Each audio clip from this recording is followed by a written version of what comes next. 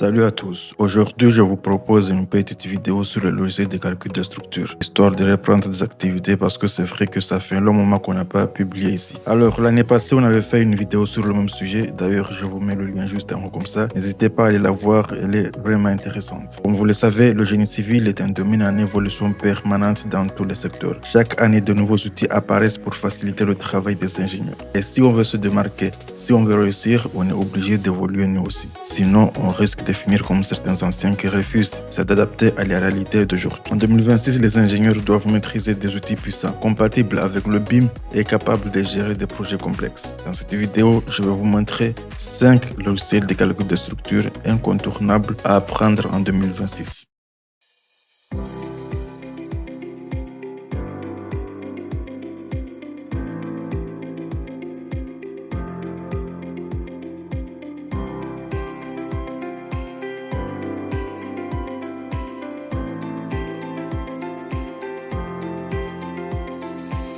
Alors, tout d'abord, le contexte. Pourquoi ces logiciels sont si essentiels? Il y a plusieurs raisons, mais je vais vous donner 3. Première raison, c'est que les projets deviennent plus grands et plus complexes. Cela s'explique par le passage au méga-projet, le BIM et la digitalisation, l'exigence environnementale et la décarbonisation. On peut parler de la gestion des risques et l'incertitude géotechnique ou encore la fragmentation des acteurs. On est passé d'une ère où l'on gérait principalement des forces physiques, gravité, vent, à une ère où l'on gère simultanément des flux de données, des contraintes environnementales et des systèmes interconnectés. D'ailleurs, si vous voulez qu'on parle tous en détail, n'hésitez pas à le dire dans les commentaires. Deuxième raison, les normes internationales exigent des calculs précis. Alors, l'époque où l'on construisait des murs de 3 mètres d'épaisseur est révolue. Si les normes comme l'Eurocode en Europe, la ACI, American Concrete Institute ou la AISC, Steel Construction impose une telle rigueur, ce n'est pas pour le plaisir des mathématiques, mais pour répondre à 3 exigences impératives: la sécurité, l'économie et la durabilité. La troisième et dernière raison, c'est le BIM, Building Information Modeling, qui impose une collaboration fluide entre architectes, ingénieurs et entreprises. Le BIM n'est pas qu'un logiciel de dessin 3D, c'est avant tout une méthodologie de travail. Si l'on dit qu'il impose une collaboration fluide, c'est parce que sa structure même rend le travail en isolation impossible ou contre-productif. Le BIM transforme le chantier à une industrie de précision dans une horlogerie. Si un rouage ne communique pas avec les autres, la montre s'arrête. En génie civil moderne, le BIM est le mécanisme qui synchronise tous ces rouages. Alors, sans perdre du temps, on commence. Le premier logiciel de cette liste est SAP 2000. SAP 2000, je vous le présente plus, tout le monde connaît SAP 2000 aujourd'hui. C'est une référence mondiale utilisée pour les structures les plus ambitieuses. Il offre une analyse non linéaire, une interface intuitive et une grande flexibilité. On le retrouve dans les projets de gratte-ciel et des stades même des ponts. Déjà, pour son interface utilisateur, SAP 2000 donne la possibilité aux utilisateurs de définir la disposition des fenêtres, la disposition des barres d'outils pour faciliter la conception, la modélisation et l'analyse de la structure. SAP 2000 est équipé d'un moteur graphique DirectX très amélioré pour faciliter la navigation et la rotation du modèle. Vous avez la possibilité d'afficher les diagrammes des moments, les affectations des charges, les formes de vie, la sortie de conception, même les reports sur un seul écran. Ici, c'est une grande fierté pour SAP 2000. Vous avez aussi cet outil-là qui s'appelle Database Editing, c'est-à-dire édition interactive des bases de données. Chaque fois que vous modélisez votre structure, le logiciel va stocker les données et d'autres informations de votre structure sur une base de données. Et l'utilisateur a la capacité, bien sûr, de venir modifier cette base de données pour améliorer la structure. Vous avez aussi plusieurs méthodes d'image ici, mais la plus grande force de SAP 2000 est cet algorithme interne qui s'appelle la contrainte de bord automatique. Vous savez très bien que dans beaucoup de logiciels qui travaillent en éléments finis comme le robot structural analysis, à chaque fois vous avez toujours ce problème d'image, que ce soit par un problème de nœud isolé ou d'image incompatible. Alors SAP 2000 a voulu rectifier ce problème-là en intégrant cet algorithme-là. Comment ça marche? Si par exemple les nœuds d'une rampe ou des murs ne correspondent pas, SAP 2000 connectera en interne tous les maillages incompatibles à l'aide de l'algorithme pour agir comme une fermeture éclair entre les éléments. Ça, c'est une grande fierté pour SAP 2000. Pour ce qui concerne les composants structurels, vous pouvez modéliser des poutres, des colonnes, des sections prismatiques. Vous avez aussi cet outil-là qui s'appelle concepteur de section ou section designer. qui est un utilitaire intégré dans SAP 2000. SAP 2000 va permettre la modélisation et l'analyse des sections efficaces personnalisées. Vous pouvez modéliser ici des coquilles, des éléments de câbles, éléments tendons, des solides, éléments de liens, ressorts, charnières, tout ça, vous avez la possibilité de définir. Côté chargement, ici, vous avez la possibilité de définir automatiquement vos charges, que ce soit des charges sismiques, charges dues au vent, charges mobiles pour ce qui est de l'étude des ponts.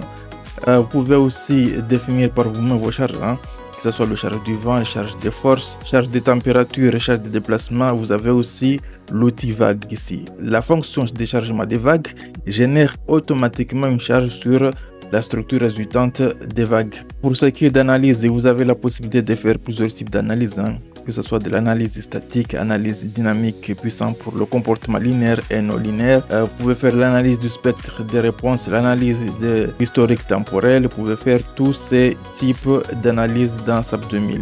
Pour ce qui est des conceptions, vous pouvez concevoir des éléments en acier, éléments en béton, éléments en aluminium. Pour ce qui est des sorties d'affichage, SAP 2000 donne accès aux données de sortie du modèle, par exemple la conception finale des éléments, la géométrie déformée par combinaison des charges ou forme des modes, les diagrammes des moments, des cisaillements et des forces axiales. SAP 2000 a la capacité d'afficher les tableaux pour toutes les données d'entrée, les résultats d'analyse et les résultats de conception. Vous pouvez avoir toutes ces données-là en format Excel, Word, HTML ou texte. SAP 2000 a la capacité de générer automatiquement des vidéos pour afficher visuellement un élément des résultats d'analyse qui varie sur une période de temps. Et pour ce qui est d'importation et exportation, ici vous pouvez observer cette figure. SAP 2000 échange des données avec Revit Structure, avec le logiciel CAD comme AutoCAD ou BricsCAD. Avec le logiciel Tekla Structure, vous pouvez avoir aussi le fichier IFC. Le deuxième logiciel de cette liste, c'est son frère jumeau, j'ai nommé Etaps. Alors, Etaps est optimisé pour les immeubles en étage. C'est l'outil préféré des ingénieurs pour les tours et les grands bâtiments. C'est quoi sa force? C'est une intégration BIM fluide et des calculs sismiques plus précis.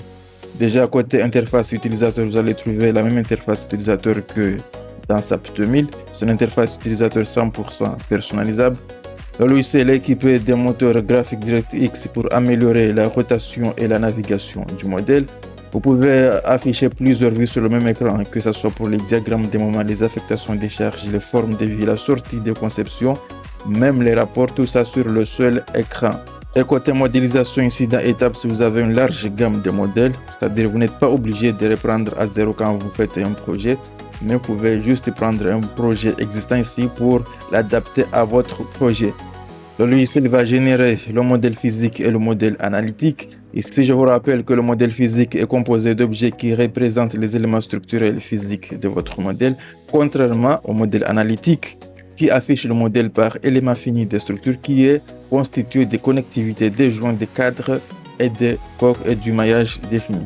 Alors, pour ceux qui ont l'habitude de travailler, par exemple, avec Revit Structure et Robot, si vous envoyez le modèle vers Robot, sachez que ce que vous envoyez là-bas, c'est le modèle analytique, pas le modèle physique. Le modèle physique, ça reste dans Revit. Même chose, si vous faites une interopérabilité avec le logiciel Gretec, par exemple, Gretec va s'acharger à lui-même d'envoyer le modèle analytique. Donc, ce n'est pas le modèle physique. Et avec Etaps, vous avez les deux modèles en même temps. Alors, on peut parler aussi des utilitaires de rédaction améliorés. Ici, le logiciel est capable de détecter automatiquement tout ce qui est les intersections, les extensions des parallèles et les perpendiculaires. Vous pouvez aussi importer facilement des fichiers DXF, DWG en arrière-plan pour faire la modélisation d'Etaps. Vous avez le système de grilles multiples ici. Ici, vous pouvez utiliser des systèmes de grilles cartésiennes, cylindriques, ou même des formes libres si vous avez une forme purement particulière. On peut parler aussi de l'outil édition base de données interactif. C'est le même outil qu'on a trouvé dans SAP 2000, on en a déjà parlé. À chaque fois que vous faites une modélisation, le logiciel va prendre toutes les informations du modèle pour les stocker sur une base de données. Et l'utilisateur a la possibilité de venir modifier cette base de données pour améliorer la structure. Qu'est-ce qu'on a encore? Vous avez la fonctionnalité de l'explorateur de modèle. Ici, vous pouvez avoir accès facile aux données de définition des modèles, y compris les formes de propriétés, les définitions des charges, les formes d'objets, tout ça, vous pouvez explorer. Côté maillage, c'est un logiciel beaucoup plus sophistiqué en maillage. On peut parler aussi des composants de construction. Ici, dans Etaps, vous avez le même outil que SAP 2000, le concepteur de section, on en a déjà parlé. Vous pouvez modéliser, vous pouvez concevoir des éléments de coque, piles murales, pierres et pandrelles, diaphragmes de plancher. Tout ça, c'est possible. Côté chargement, ici, vous pouvez définir automatiquement vos charges, que ce soit les charges sismiques, charges du vent. Vous pouvez même définir par vous-même vos charges, que ce soit les de force, charge de température. Tout ça, c'est possible dans Etaps. Côté analyse, c'est un logiciel qui est plus avancé. Vous pouvez faire des analyses statiques, analyses dynamiques. Pour les analyses dynamiques, vous pouvez faire analyse du spectre des réponses, analyse de l'historique temporel. Vous pouvez faire des analyses modaux, analyse vectorielle des rythmes. Tout ça, c'est possible dans Etaps. Qu'est-ce qu'on peut parler aussi dans Etaps encore? Voilà, il y a un outil là que vous ne verrez pas dans les autres logiciels. C'est ce qu'on appelle concepteur basé sur la performance. Alors, concepteur basé sur la performance, c'est ce qu'on appelle ici dans Etaps PBD. C'est une révolution ici. Il faut savoir que c'est une révolution pour le concept de conception structurelle traditionnelle qu'on connaît déjà. Voilà, basé sur l'ingénierie sismique. Alors ici, comment ça marche? Etaps introduit des modèles, options et algorithmes spéciaux pour l'application pratique efficace des procédures. Vous avez des modèles de fibres, acier et de béton pour murs et colonnes de cisaillement ici. Vous pouvez faire une analyse non linéaire, stable et rapide. Tout ça, c'est possible. Alors, pour ce qui concerne la conception dans Etaps, c'est facile. Dans Etaps, vous pouvez concevoir des éléments en acier, un élément en béton. Vous pouvez faire la conception ici des murs de cisaillement, conception des dalles de béton. Pour ce qui est sorti d'affichage, ici, vous avez accès aux résultats de conception du modèle. Vous pouvez avoir accès à ce qui concerne pour la forme déformée, diagramme des réactions, génération des rapports personnalisés définis par l'utilisateur lui-même. Vous pouvez concevoir des rapports de sortie. Pour ce qui concerne importation et exportation, c'est la même chose avec SAP 2000 parce que c'est un logiciel CSI comme SAP 2000. Logiciel échange de données avec le logiciel Revit Structure, échange de données avec le logiciel CSI CAD comme AutoCAD et BriCAD, échange de données avec Decla Structure, et ici vous pouvez avoir même le fichier IFC. Troisième logiciel de cette liste, j'ai nommé le logiciel robot structural Analysis. Alors le logiciel RSA est très répandu en Europe et en Afrique. Il est apprécié par sa compatibilité native avec le logiciel Revit Structure et son efficacité sur les bétons charpentes métalliques. Donc ici déjà, côté fonctionnalité, déjà vous avez une modélisation 3D des structures qui permet de créer des modèles complexes en béton armé, en acier, bois ou forts matériaux avec une grande flexibilité dans la définition des géométries et des éléments. Côté analyse et calcul avancé, vous avez une analyse statique et dynamique, y compris analyse sismique selon les différentes normes internationales. Vous pouvez faire des vérifications, des formations, contraintes et stabilité globale. Vous avez une prise en compte des phases provisoires et des conditions de construction. Côté gestion des charges, vous pouvez appliquer des charges ponctuelles, réparties, thermiques, sismiques, tout ce que vous voulez. Vous pouvez faire une génération automatique des combinaisons de charges selon les normes locales internationales. Vous avez aussi l'intégration BIM qui est beaucoup plus avancée. Vous avez une connexion directe avec le logiciel Revit Structure facilitant l'échange des données et la collaboration entre ingénieurs et architectes. Côté normes et codes internationaux, voilà, vous avez des supports de nombreux règlements comme l'Eurocode, ACI, comme la ASCE, pour le dimensionnement et la vérification. Il y a aussi la mise à jour régulière pour intégrer des dernières normes. Voilà. Et enfin, vous avez les rapports et documentation. Vous pouvez générer automatiquement des notes de calcul, des schémas et des résultats détaillés pour faciliter la communication et la validation des projets. C'est ce qui concerne le robot structural Analysis. Quatrième logiciel de cette liste, j'ai nommé RFM. Séduit par sa simplicité et sa puissance multimatériaux, bois, acier, béton, verre, il gère tout. RFM déjà pour son interface utilisateur qui est beaucoup plus intuitif, c'est facile de modéliser sur RFM. C'est un logiciel multilingue, c'est-à-dire le logiciel est disponible en plusieurs langues, que ce soit en anglais, en français, en espagnol, portugais, italien, allemand, tchèque. Tous ces langues-là sont disponibles dans RFM. Si vous avez un rendu photoréaliste très intéressant, comme vous pouvez le constater sur cette image, vous avez propriété d'affichage. Alors, des couleurs différentes peuvent être associées aux objets d'une structure afin que le rendu affiché soit encore plus facile ici. C'est-à-dire, si vous regardez bien, vous avez les poteaux sont de couleurs différentes. Vous pouvez faire ces genres d'affichage dans RFM. Ici, vous avez aussi l'option activation et désactivation des objets. Vous pouvez afficher ou masquer différents objets tels que des nœuds, des barres, des appuis. Si vous avez une bibliothèque des sections et des matériaux très fournis, ici, vous pouvez prendre ça pour utiliser. Côté création des vues et des visibilités, c'est beaucoup plus facile. Ici, vous pouvez sélectionner des vues définies par l'utilisateur sous différents angles pour faciliter l'évaluation des résultats. Ce qui concerne entrée des modèles, c'est plus facile ici dans RFM parce que votre modèle est entré sous forme de modèles soit 2D, soit 3D. Donc, les types de barres tels que les poutres, les treillis ou les barres de traction facilitent la définition des propriétés des barres. On peut parler aussi des générations des charges. Alors, ici dans RFM, vous pouvez générer automatiquement vos charges, que ce soit du vent, les charges de neige, tout ça c'est possible dans RFM. Donc, on peut parler aussi des combinaisons, voilà, des charges.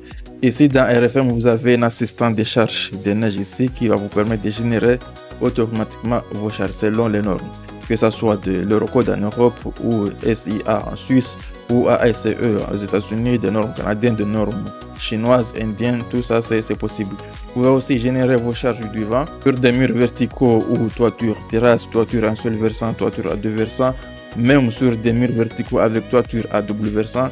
Tout ça, c'est possible sur RFM. Pour le côté calcul et résultats ici dans RFM, qu'est-ce qu'on a ici? C'est-à-dire, vous pouvez effectuer le calcul pour tous les types de barres selon l'analyse du premier ordre ou analyse du second ordre ou juste pour les grandes déformations. On a aussi affichage en couleur des efforts internes. Alors ici, vous pouvez également voir les efforts internes positifs ou négatifs dans le graphique à l'aide des différentes couleurs. Ici, comme vous pouvez le constater ici. Avec le diagramme des résultats ici, vous pouvez personnaliser l'affichage de vos données comme vous le souhaitez ici. Vous voyez bien ici. Vous pouvez visualiser vos résultats ici. Il y a pas mal de choses que vous pouvez faire ici au niveau des résultats. Vous avez aussi les tableaux des résultats complets, des tableaux clairement structurés vous permettent de toujours garder un œil sur vos résultats. Pour ce qui est sorti des formules et des calculs, ici dans RFM, le programme affiche clairement les formules de vérification utilisées dans votre vérification. Ces formules de vérification peuvent également être affichées dans le rapport d'impression. Qu'est-ce qu'on n'a pas parlé aussi? Vous avez aussi une impression multiple des graphiques. Vous pouvez utiliser une fonction d'impression en série pour vous donner des modèles. Pour les sorties des rapports, vous pouvez avoir des rapports multilingues parce qu'on l'a déjà dit, c'est un logiciel multilingue disponible en français, en anglais, en espagnol, portugais, voilà tout ça. Et on va finir par export du rapport d'impression au format que ce soit RTF, PDF ou HTML. Et si vous pouvez exporter le rapport d'impression au format RTF, PDF ou HTML, les fichiers RTF peuvent par exemple être importés dans le logiciel de traitement des textes comme le Word. Alors, on a fait le tour sur le logiciel RFM. Maintenant, on passe au dernier logiciel qui est un logiciel très sous-coté. Je vois moins de personnes qui en parlent. Donc, on va en parler aujourd'hui. Ce logiciel, c'est le logiciel Midas Civil. Alors, le logiciel Midas Civil est spécialisé dans les ouvrages d'art, que ce soit pour les ponts, les tunnels, les viaducs. Il excelle dans les calculs dynamiques et interactions sur les structures. Alors, si vous visez les infrastructures, c'est le logiciel qu'il vous faut. Déjà, pour son espace de travail, vous avez un environnement de modélisation très intuitif ici. Si c'est trop facile de modéliser sur le logiciel IDAS.